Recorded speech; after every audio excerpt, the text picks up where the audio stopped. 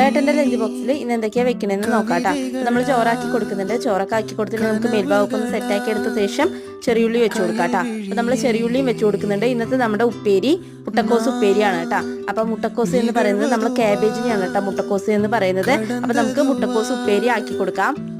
ഉപ്പേരിയും ആക്കി കൊടുത്തിട്ടുണ്ട്. ഇന്നത്തെ നമ്മുടെ ചാറ് തക്കാളി ചാറാണ്. അപ്പം ഇന്നത്തെ കറി കുറച്ച് ബാക്കിയുണ്ട്. അതുകൊണ്ട് നമ്മൾ നേട്ടന് കൊണ്ടുപോകാനായിട്ട് തക്കാളി ചാറ് ഉണ്ടാക്കിയതാണ് കേട്ടോ. അപ്പം നമുക്ക് തക്കാളി ചാറും ആക്കി കൊടുക്കാം. വളരെ സിമ്പിളായിട്ട് ഉണ്ടാക്കാൻ പറ്റിയ തക്കാളി ചാറാണ്, എല്ലാവർക്കും അറിയായിരിക്കും കേട്ടോ.